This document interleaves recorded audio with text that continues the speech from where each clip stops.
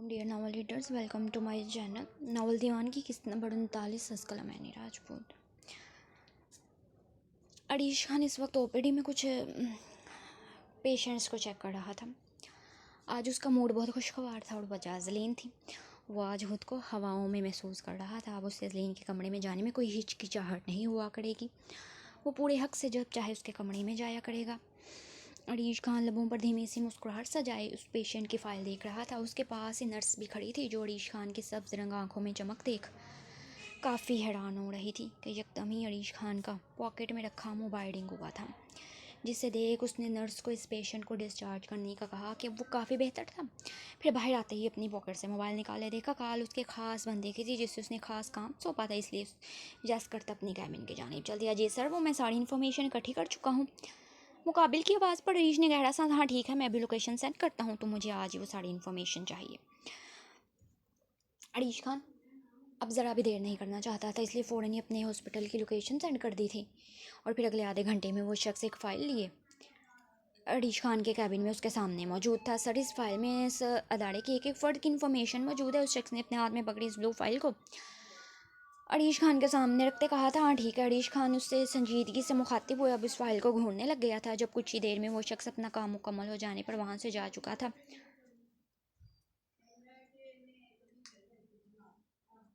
और अब अरीश खान ने इस फाइल को खोलते उस पर नज़र दौड़ाई थी। वो एक के बाद एक पेज को आगे करता उसे देख रहा था। उस फाइल में उस यतीम खाने के मालिक से लेकर सिक्योरिटी गार्ड, प्लम्बर और यहाँ तक के सारी इन्फॉर्मेशन मौजूद थी। अजलीन का उस यतीम खाने से इसका डरना अरीश को शक था कि ना उसके साथ होने वाले वाक़े के पीछे की कहानी इस यतीम खाने से ही जुड़ी थी। शमशेर आलमगीर मुल्क का जाना माना बिजनेसमैन और इस यतीम खाने का मालिक था। अरीश खान ने इस फाइल पर उसके सारी इन्फॉर्मेशन के साथ उसकी तस्वीर को देखा था। वो एक 40-45 साल शख्स था। अरीश ने उसके बारे में मज़ीद भी कुछ लाइनें पढ़ते फिर आगे बढ़ा था। और भी तकरीबन आधे घंटे तक वो इस फाइल में मौजूद एक एक शख्स के बारे में पढ़ चुका था। अजलीन को रात के पिछले पहर इस सुनसान सड़क पर एक मियाँ बीवी ने देखा और फिर उसे वो अरीश खान के हॉस्पिटल लाए थे। उस फाइल के आखिरी सफ़े पर उन दोनों मियाँ बीवी के नाम और घर का एड्रेस भी मौजूद था। और मामले की तह तक पहुँचने के लिए अरीश खान ने शुरुआत उस कपल से करने का सोचा था। वो आज इन दोनों से मिलकर एक एक बात डिटेल में पूछने का इरादा रखता था। उसने दिल ही दिल में हद कर लिया था कि वो अजलीन के गुनाहगारों को सज़ा ज़रूर दिलवाएगा, फिर चाहे उसे इस खातिर किसी भी हद तक क्यों ना जाना पड़े। अरीश खान ने अपना मोबाइल उठाए, कॉफ़ी ऑर्डर की और अब कुर्सी के पोज से टेक लगाए अजलीन के बारे में सोचने लग गया था। सुबह से वो कितनी ही बार अपना मोबाइल का वॉलपेपर देखते मुस्कुरा दिया था। वो दोनों सेल्फी में वाकई बहुत प्यारे लग रहे थे। मोबाइल की रिंगटोन की आवाज़ पर अरीश खान अपनी सोचों के भंवर से बाहर आया और फिर सर झटकते मोबाइल उठाया तो स्क्रीन पर जगमगाते रान भैया के नाम को देख उसके लबों पर मुस्कुराहट बिखरी थी, जिसे वो दबा गया था क्योंकि वो अरहान से नाराज़ था और उसके निकाह की तकरीब में जो शामिल नहीं हुआ था। एक दिल चाहा कि नखरे दिखाए, कॉल पिक ना करे, लेकिन अगले ही पल ये सोचते कॉल उठा ली कि उससे बात करेगा तो ही तो लाड दिखा पाएगा। अरीश खान मेडिकल कंपेन के लिए अरहान शाह के इलाके में गया था और फिर तभी उसके गांव के सरदार यानी कि अरहान हैदर शाह से मुलाकात हुई थी। अरीश खान की बातें और उसकी इनोसेंट हरकतें पहली ही मुलाकात में अरहान शाह को बहुत अच्छा लगा। और फिर अरहान का तो कोई भाई नहीं था, इसलिए उसे अरीश की सूरत में एक छोटा भाई मिल गया था। दोनों की अब अक्सर फ़ोन कॉल पर बात हो जाया करती थी। 2 दिन पहले अरीश खान ने उसे अर्जेंट कराची आने को कहा कि उसका निकाह है, जिस पर अरहान शाही गहरा सांस भरकर रह गया क्योंकि उस दिन ही तो वर्ची और अलीज़े को लिए मड़ी आया तो बर्ची को यहाँ छोड़।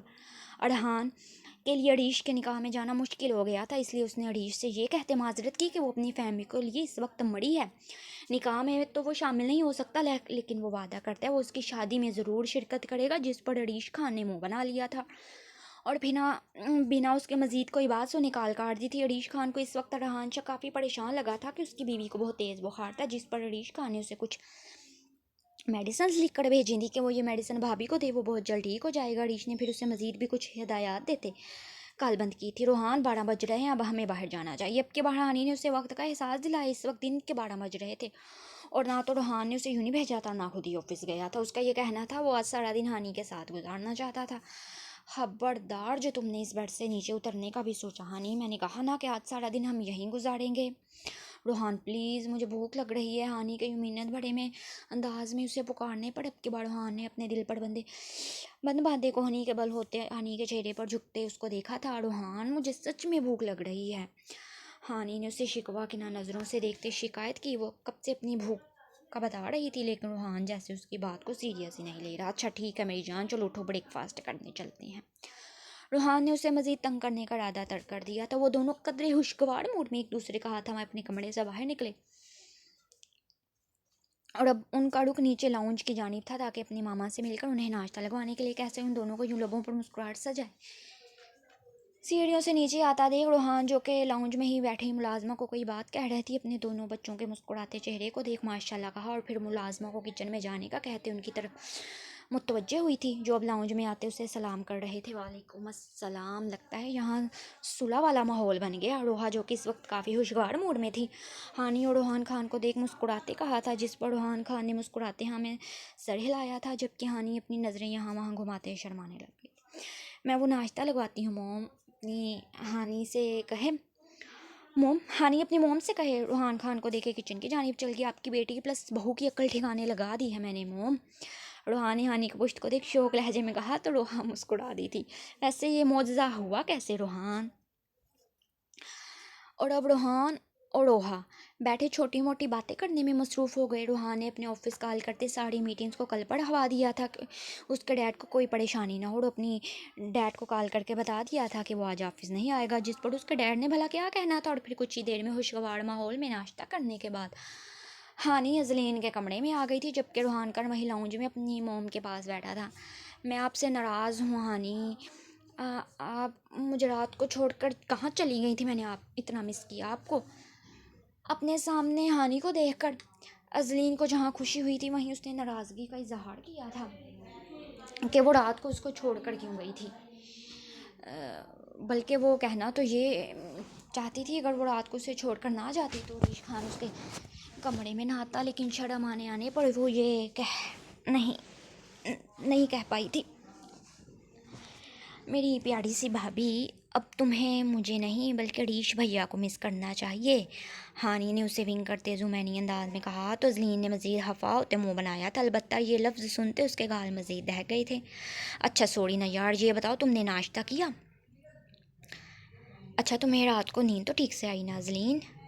हानी उससे अलग होते अगला सवाल किया तो हानी ने सटपटाते अपनी नज़रें झुका ली। चेहरे पर यकदम हिलाली आ गई कि उसे रीश खान का उसके बेहद करीब होना याद आया था, और उसके चेहरे के ये रंग हानी की नज़रों से नहीं छुप पाए थे। क्या रात को रीश भैया तुम्हारे रूम में आए थे अजलीन?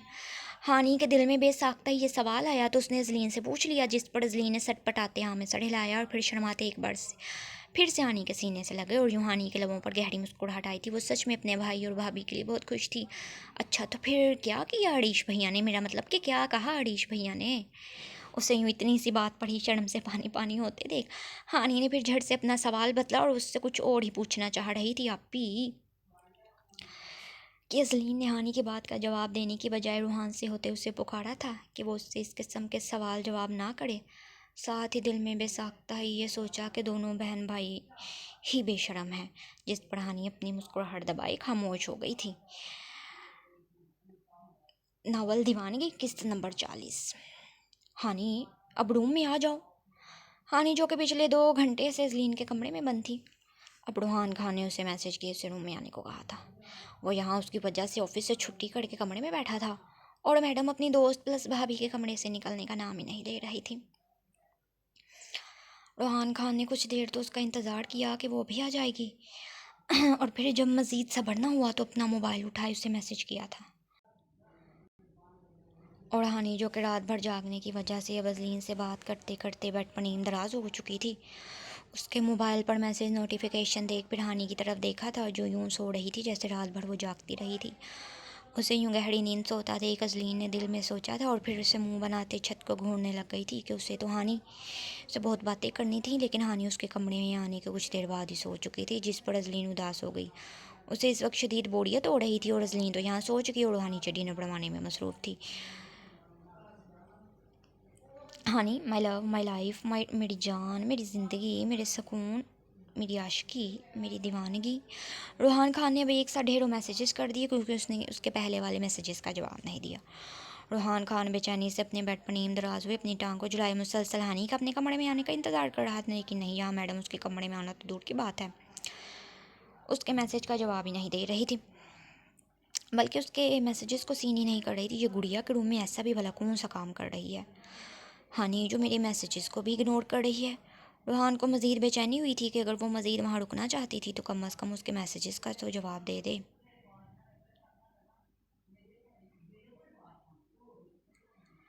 और अजलीन की वजह से रूहान खान उस कमरे में भी नहीं जाता था।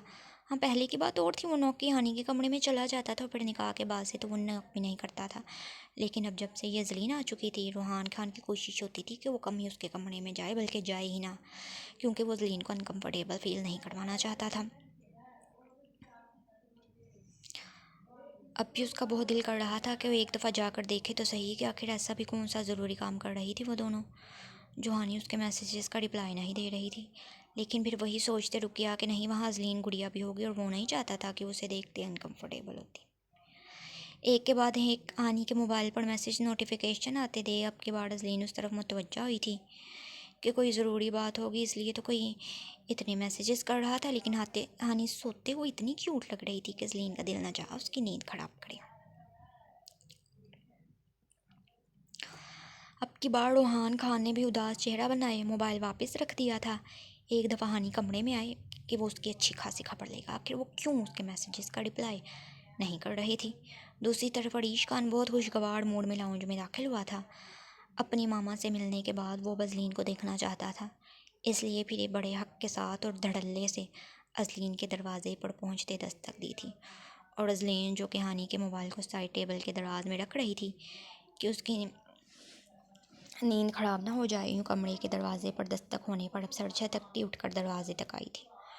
और फिर दरवाज़ा खोलते ही सामने अरीश खान खड़ा था, जिससे देख वो काफ़ी हैरान हुई थी कि अभी उसकी मेडिसिन का वक्त नहीं था, तो फिर वो इतने गुस्से तो फिर वो इतनी जल्दी क्यों आया था। अब क्या दरवाजे पर ही खड़ा रखोगी, मुझे पीछे हटो, मुझे अंदर जाने दो, बैठकर आराम से बातें करते हैं। अरीश खान शोक लहजे में कहता। जैसे ही अपने कदम अंदर रखने लगा तो सामने उसे बेड पर सोई हुई हानि नजर आई थी, जिस पर वही गहरा सांस भर रह गया। बेसाख्ता ही उसका दिल किया अपना सर फोड़ ले। एक तो ये नंद भाभी यूं लगता था जैसे मेले में बिछड़ी सगी बहनें थीं, दोनों एक दूसरे के बिना रह ही नहीं पाती थी। हाँ, उसे जलीन से इस किस्म की बेवकूफ़ी की उम्मीद थी, लेकिन हानि, उसे यकीन नहीं हो रहा था कि हानि भी अजलीन की तरह अपने शोहर को इग्नोर करे यहाँ अपनी नई नवेली भाभी के पास आकर सो चुकी थी, अरीश खान के सर पर लगी और तलवों में भुजी। ये हानि यहाँ क्या कर रही है? अरीश खान को इस वक्त अपनी बहन पर भी शदीद तप चढ़ रही थी, और अजलीन का तो उसका दिल कर रहा था गला ही दबा दे कि वो कैसे उसके सवाल पर मासूमियत से उसकी तरफ देख रही थी। वो हानि आप ही सो रही हैं। अजलीन ने यूं मासूमियत से जवाब दिया जैसे अरीश खान तो अंधा था, उसे नज़र ही नहीं आ रहा था कि उसकी बहन उसके हक पर डाका डाले, उसकी नई नवीली बीवी के बेड पर सो रही थी। ओ, ये तो तुमने अच्छा किया अजलीन कि मुझे बता दिया सो रही है, वरना मैं समझ रहा था कि हानि यहाँ लेटे लेटे खाना बना रही है। अरीश खान ने जल भुनकर जवाब दिया था, वो जो 2 घंटे पहले खुशी खुशी हॉस्पिटल से ये सोच कर निकला था कि वो ये 2 घंटे जाकर अजलीन के साथ स्पेंड करेगा। अब अपने सारे प्लान पर पानी फटता महसूस हुआ तो उसका सुलगना तो बनता था। जी। अजलीन को अरीश खान की बड़बड़ाहट की समझ नहीं आई थी, लेकिन हाँ, वो उसके चेहरे के बिगड़ते तासुरात बखूबी देख सकती थी। अभी कुछ देर पहले वो कैसे हंसता मुस्कुराता आया था और अब उसके चेहरे पर उदासी छा गई थी। कुछ नहीं, तुम जाओ बैठो अपनी आपी के पास, बल्कि उसे थपक थपक कर सुलाओ, मैं जा रहा हूँ।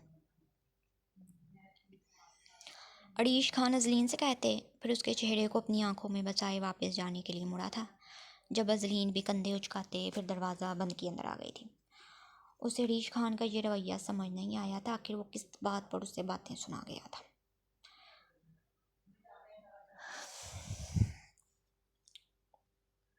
अरीश खान अजलीन के कमरे की दहलीज से वापस पलटा और फिर अपने कमरे में जाने की बजाय रूहान के कमरे का दरवाज़ा नॉक के अंदर दाखिल हुआ था कि वो जो पहले ही बेजारियत से बैठा था अरीश को अंदर आते देख सीधा हुआ। चलो वो कुछ टाइम अरीश के साथ स्पेंड कर ले, लेकिन अरीश खान की हालत उससे भी बुरी थी। उसके चेहरे के बिगड़े हुए तासुरात को देख रूहान ने फिक्रमंदी से पूछा कि तुझे क्या हुआ अरीश? और ये पूछने की देर थी, अरीश खान तो जैसे फट पड़ा था। आपके बेड पर क्या कांटे बिछे हैं रूहान भैया? अपने सवाल के जवाब पर अरीश खान की तरफ से वो अजीबो गरीब उल्टा सा सवाल सुनते रूहान को हैरत हुई थी। उसे समझ नहीं आई थी कि अरीश खान किस बारे में बात कर रहा था। आपकी बीवी वहाँ मेरी बीवी के कमरे में घोड़े गधे बेच कर सो रही है। रोहान खान को यूँ अपनी बात का मतलब ना समझते थे। अब की अरीश खान ने खुलकर बात बताई थी। वो इस वक्त इतना अफसरदा क्यों था। अरीश की बात को सुनते रोहान को झट से सारी बात समझ आ गई, और साथ ये भी अब समझ आया कि हानि उसके मैसेजेस का जवाब क्यों नहीं दे रही थी। वो जो रात भर जागती रही थी, इसलिए मौका मिलते ही इसलिए के कमरे में सो चुकी थी। रोहान अपनी बीवी की इस हरकत पर मुस्कुराया था, फिर दिल ही दिल में सोचा कि अच्छा है वो भी अपनी नींद पूरी कर ले, क्योंकि रात भर वो उसे फिर से जगाने का इरादा रखता था। अरीश खान जो इस वक्त सड़ता पैर सुलग रहा था, अपनी बात के जवाब पर रोहान के लबों पर छाई मुस्कुराहट देख उसे हैरत हुई थी। रोहान भैया, आपने शायद ठीक से सुना नहीं। मैंने कहा आपकी बीवी मेरी बीवी के कमरे में सो रही है। अरीश को लगा जैसे रोहान उसकी बात को ठीक से नहीं सुन पाया, इसलिए तो इतना ठंडा रिएक्शन दे रहा था। जबकि रोहान खान, जिसको पहली ही बार में अरीश की बात समझ आ गई थी, अब संजीदा होते उसे देखा था और फिर हाथ बढ़ाए उसे अपने पास बेड पर बिठाया था। अच्छा, तो तुझे किस बात की टेंशन हो रही है अरीश, कि मेरी बीवी इस वक्त सो रही है, या फिर इस बात की कि वो तुम्हारी बीवी के कमरे में सो रही है?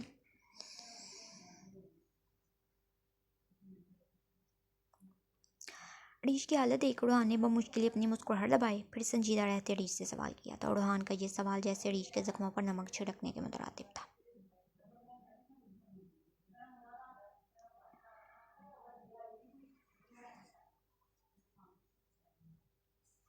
एक मिनट, वो सब तो ठीक है, लेकिन ये तुम किसकी शादी पुरानी होने की बात कर रही हो अरीश? मेरी शादी तुम्हारे निकाह से 3-4 हफ्ते पहले ही तो ही है। रोहान को तो जैसे ये सुन सदमा ही लग गया था कि उसकी 1 महीने पहले वाली शादी को पुरानी शादी कह रहा था। अच्छा सॉरी रोहान भाई, वो फ्लो में निकल गया। आपकी शादी पुरानी नहीं है, लेकिन मेरी बात पर गौर करें यार, आप अपनी बीवी को अपने कमरे में रखा करें।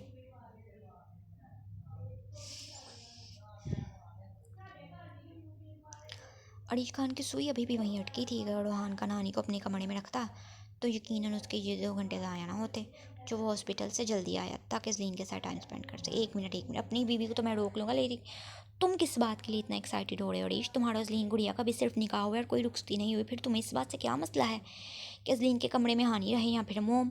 क्या मतलब कि सिर्फ निकाह हुआ है रोहान भैया? वो मेरी बीवी है और कभी कभी इंसान का दिल करता है वो अपनी बीवी के साथ टाइम स्पेंड करे, इससे बातें करे, लेकिन नहीं, एक तो वो मुझसे कोई बात करने में इंटरेस्टेड नहीं, और दूसरा आपकी बीवी ने जैसे कसम खा ली है वो जलीन को अकेला नहीं छोड़ेगी। अरीश कहते बेड पर पीछे की जाने सीधा लेट चुका, जबकि रोहान अरीश की इस मासूम सी बातों को सुन मज़ा आ रहा था, इसलिए जानबूझकर उसे तंग करने लग गया। बस बहुत हो गया अरीश, अब मैं अपनी बीवी के खिलाफ एक बात भी नहीं सुनूंगा। आपकी बीवी मेरी बहन है रोहान भैया, और मैं अपनी बहन की बुराई तो कर ही सकता हूँ। वो दोनों भाई बेड पर सीधे लेटे हुए, जबकि दोनों की टांगें बेड से नीचे लटक रही थी। मैंने नोट किया है कि निकाह के बाद तुम खुश रहने लगे हो अरीश। रोहान ने दिल ही दिल में अपने भाई के लबों पर फैली मुस्कुराहट पर माशाल्लाह कहते अरीश की तारीफ की। खुश रहने की वजह जो मिल गई है रोहान भैया। अजलीन के चेहरे को याद किया अरीश खान मुस्कुरा दिया था। ये बात सच थी कि निकाह के बाद से अरीश खान कुछ ज़्यादा ही खुश रहने लग गया था, और वजह सिर्फ और सिर्फ अजलीन थी।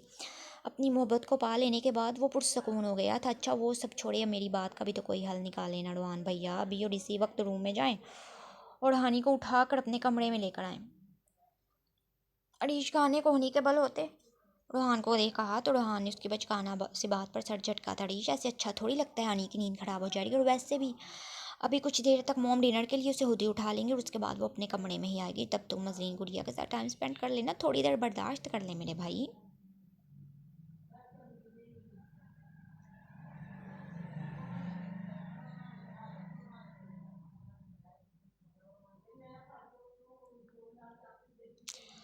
कुछ देर के बाद खान मिला के सारे नफूस डाइनिंग टेबल पर मौजूद थे। हानि अभी कुछ देर पहले ही उठी थी और फ्रेश होने के बाद डिनर करने आई थी। हाँ, आते हुए उसने अजलीन को बहुत फोर्स किया था कि वो भी उसके साथ चले, लेकिन उसने इनकार कर दिया कि वो वहाँ सबके दरमियान कंफर्टेबल नहीं रहेगी। और हानि ने भी ये सोचते फिर दोबारा ज़िद नहीं की कि अगर वो ज़िद की उसे अपने साथ ले भी आती तो वो ठीक से खाना नहीं खा पाती, इसलिए आज भी अजलीन का खाना उसके रूम में ही भिजवा दिया गया था। बाकी सब घर वालों की तरह अरीश खान भी अजलीन को वक्त देना चाहता था कि वो धीरे धीरे उसकी फैमिली के साथ एडजस्ट हो जाएगी। अरीश खान अब जल्दी जल्दी अपना हाथ चला डिनर कर रहा था कि ऊपर जाकर अजलीन के साथ कुछ टाइम स्पेंड करे, क्योंकि रोहान ने उसे उसकी गारंटी दी कि डिनर के बाद हानि अजलीन के कमरे में बिल्कुल नहीं जाएगी। डिनर करने के बाद सीधा रूम में चलो हानि। और फिर अगले 10 मिनट में अरीश खान नज़लीन के कमरे में पहुंचता, दरवाज़ा लॉक कर चुका। जबकि हानी डरते रोहान के कमरे में आ गई। ये तो नई नवेली दुल्हन की तरह इतना शर्मा क्यों रही हो हानी, जल्दी यहाँ आओ पहले, बल्कि पहले दरवाज़ा लॉक करो और फिर अंदर आओ। हानी ने अगले ही पल वापस मुड़कर दरवाज़ा लॉक किया और फिर छोटे छोटे कदम रूहान से कुछ फासले पर बैठी थी। मेरे पास तुम्हारे लिए एक सरप्राइज़ है, रूहान ने हानी की खूबसूरत हल्की सब्ज रंग आंखों में देखते कहा। तो सरप्राइज़ के नाम पर उसकी आंखें चमकी थीं, देखना चाहोगी? अगले ही पर रूहान का लहजा संजीदा हो गया, जिस पर हानी ने फ़ौरन से हाँ में सर हिलाया था। और रूहान खान ने साइड टेबल का दराज खोला, जिसमें से एक कागज़ निकालते हानी के सामने किया था। ये क्या है रूहान? जैसे इस कागज़ पर लिखे अल्फाज को देखा हानी को यकीन नहीं आया था कि ये सब रूहान ने किया था। नोवेल दीवानगी किस्त नंबर 41 अज़ कलम मैनी राजपूत। रूहान ने साइड टेबल का दराज खोला, जिसमें से एक कागज़ निकालते हानी के सामने किया। ये क्या है रूहान? जैसे इस कागज़ पर लिखे गए अल्फाज को देख हानी को यकीन नहीं आया कि ये सब रूहान ने किया था। रूहान, ये कम ऑन हानी, अपनी एक्सप्रेशन तो ठीक रखो, क्यों मुझे डरा रही हो? रूहान ने उसे हद से ज़्यादा संजीदा होते देख शरारत से कहा। तो हानी ने मुश्किल उससे कागज़ से नज़रें उठाए रूहान की तरफ देखा था। रोहान, ये सब आपने कब किया? हानी के हाथ में उन दोनों के हनीमून ट्रिप की टिकट्स थी, जो कि स्विट्ज़रलैंड की थी। हानी को बचपन से ही स्विट्ज़रलैंड जाने का बहुत शौक था। रोहान इस बात को अच्छे से जानता था, लेकिन उसे मालूम नहीं था कि वो अपने हनीमून पर स्विट्ज़रलैंड जाएगी। हानी को तो कुछ पल यकीन नहीं आया, और जब यकीन आया तो अगले ही पर रोहान के सीने से लगी उसे थैंक यू कहने लग गई थी। रोहान खान पिछले 2 दिनों से ही इस बारे में सोच रहा था कि उसे हानी को लेकर कहीं जाना चाहिए, कि जिन हालात में उनका निकाह हुआ था वो कहीं घूमने फिरने तो गए ही नहीं। तो राज अरीश खान उसके कमरे में आया तो राह ने फ़ौरन से एजेंट को कॉल करती कल सुबह की टिकट्स बुक करवाने को कहा था। एक तो वो दोनों साथ में अच्छा वक्त गुजार लेंगे, दूसरा ज़लीन को भी थोड़ी स्पेस मिल जाएगी ताकि वो और अरीश एक दूसरे को समझ सके। बस इसीलिए रोहान ने यह फ़ैसला किया कि वो एक हफ़्ते के लिए स्विट्ज़रलैंड जा रहे थे। अच्छा, तो फिर मैं हमारी पैकिंग कर लूँ रोहान? कल रात की फ़्लाइट है हानी, दिन में पैकिंग कर लेना, बल्कि कल शॉप पे पड़ भी जाएंगे, रोहान ने कहा। तो हानी ने हमें सर हिलाया था। अरीश खान ने ज़लीन के कमरे में आते दरवाज़ा लॉक किया कि हानी फिर से ना आ जाए। यूँ तो उसे रोहान ने बहुत तसल्ली दी थी कि हानी रूम में ही है, वो नहीं आएगी। यूँ अचानक अपने कमरे का दरवाज़ा खुलने और फिर लाख होने पर ज़लीन, जो कि ड्रेसिंग मिरर के सामने खड़ी थी, मुड़कर देखा और फिर अपनी तवक्को के बरक्स हानि की जगह अरीश खान को देख उसके कदम रुके थे। वो सटपटाती अपने दुपट्टे को खुद पर ठीक कर गई, जबकि अरीश खान अब मस्त से चलता हुआ आकर बेड पर बैठे अपनी टांग झुलाने लग गया था। जब उसकी नज़रें मुसलसल अजलीन पड़ी थी और अजलीन को अब रोना आने ही वाला था, क्योंकि उस अरीश की मौजूदगी में बहुत अजीब सी फीलिंग्स आती थी। अभी वो खुद भी नहीं समझ पा रही थी, लेकिन जो भी था इस वक्त उसका दिल चाह रहा था कि अरीश की नज़रों से गायब हो जाए। जब से निकाह हुआ था उसका अजलीन को देखने का अंदाज ही बदल गया था, और फिर उसका हर वक्त इस कमरे में ही रहना। अजलीन ने रूहान से हुए से देखा और फिर उसकी नज़रों खुद पर महसूस करते झट से नज़रें झुका गई थी। क्या हुआ? क्या वहाँ खड़े खड़े ही सोने का इरादा है तुम्हारा? तकरीबन 10 मिनट के बाद ईश की आवाज़ें खामोश कमरे में गूंजी थी। पिछले 10 मिनट से उसने एक पल भी अजलीन के वजूद से नजरें नहीं हटाई थी। वो उसके चेहरे पर छाई लाली के बाद से कब से उसके हाथों को देख रहा था। उसके गोरे हाथों पर मेहंदी का बहुत गहरा रंग मौजूद था, जिसे देखकर ईश खान मुस्कुरा रहा था। उसकी यूँ अजीबो गरीब सी बात पर अजलीन ने सटपटाते हाँ में सर हिलाया, और फिर जब उसकी बात समझ आई तो शर्मिंदा होती नफ़ी में सर हिला गई थी।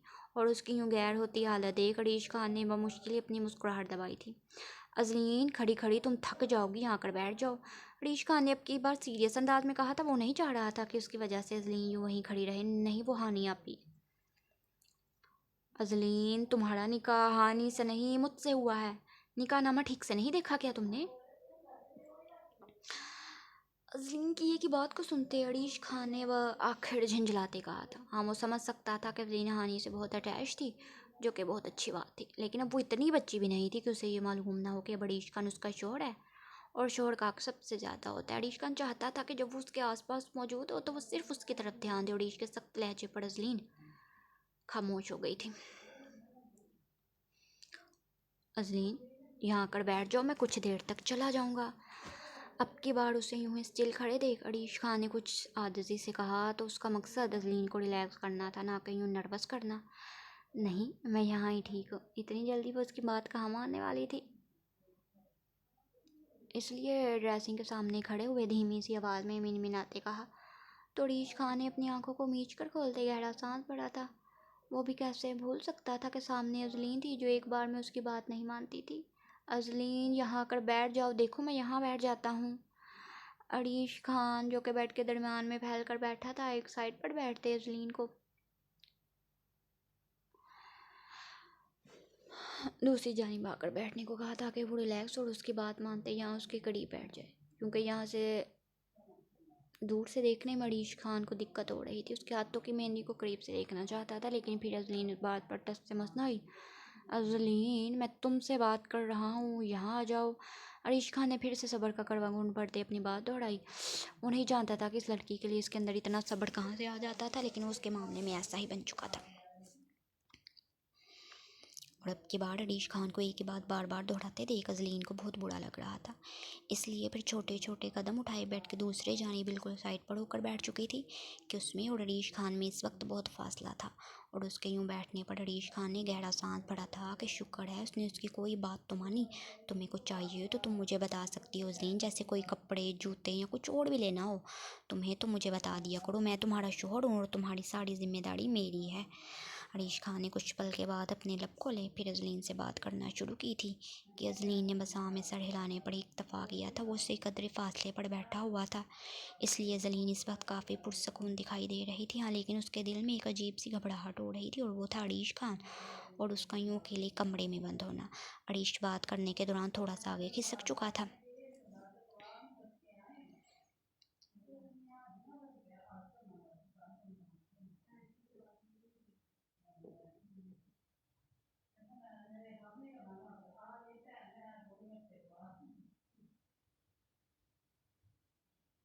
अच्छा, तुम्हें यहाँ कोई प्रॉब्लम तो नहीं है अजलीन? मेरा मतलब किसी भी फैमिली मेम्बर से नहीं। कि अजलीन ने झट से जवाब दिया था। उसे वाकई में किसी से कोई प्रॉब्लम नहीं थी, सब उससे प्यार से मिलते थे। हानि ओडोहा की तो उसमें जान बसती थी, जबकि अरीश खान के डैड ओडोहान भैया भी उसे अच्छे लगे थे।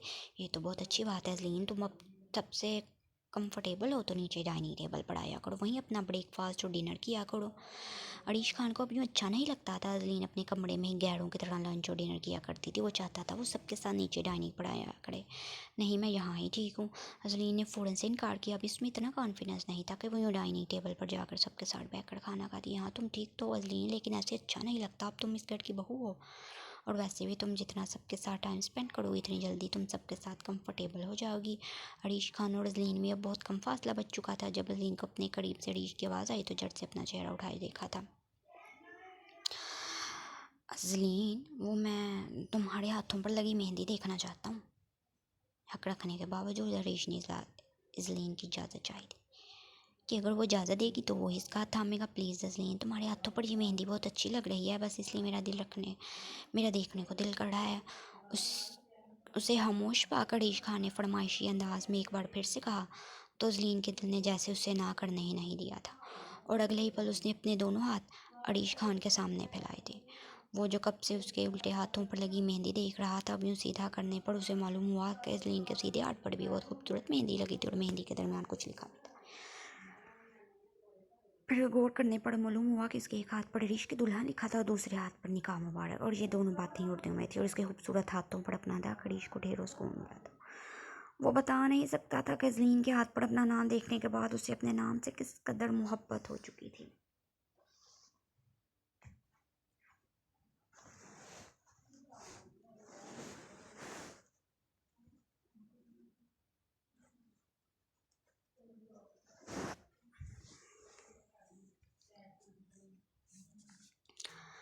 तो दूसरी तरफ अरीश के यूँ हाथ थाम लेने पर अजलीन के दिल की धड़कन तेज़ हुई थी। जिस्म का सारा खून सिमट कर चेहरे पर आ गया था। ये खूबसूरत मेहंदी का डिज़ाइन हाइनी ने उसके लिए डिज़ाइन किया था, और फिर ये नाम लिखवाने वाला आइडिया भी हानि का ही था। अरीश कितने ही पल अपनी शहादत की उंगली अजलीन की हथेली पर मौजूद अपने नाम पर फेरता रहा, जिससे अजलीन को अजीब सी बेचैनी हो रही थी।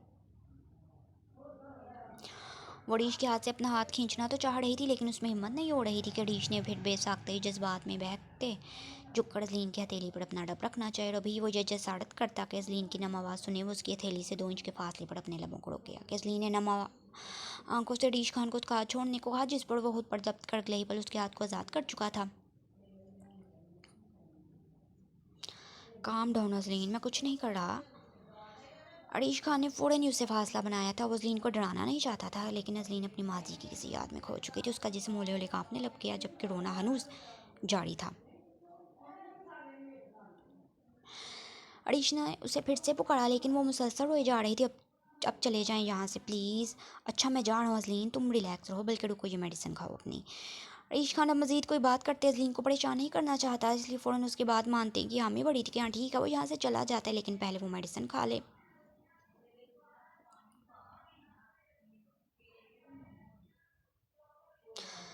वो अपनी पैनिक होती सिचुएशन महसूस कर चुकी थी, इसलिए खुद भी यही चाहती थी कि वो मेडिसिन खाकर कुछ देर सुकून कर सके। अच्छा मैं जा रहा हूँ अजलीन, तुम आराम से लेट जाओ। उसे फिर यूँ खुद की तरफ देखता पाकर अरीश ने कदम उठाए और फिर आखिरी नज़र उस पर डालते कमरे से चला गया था।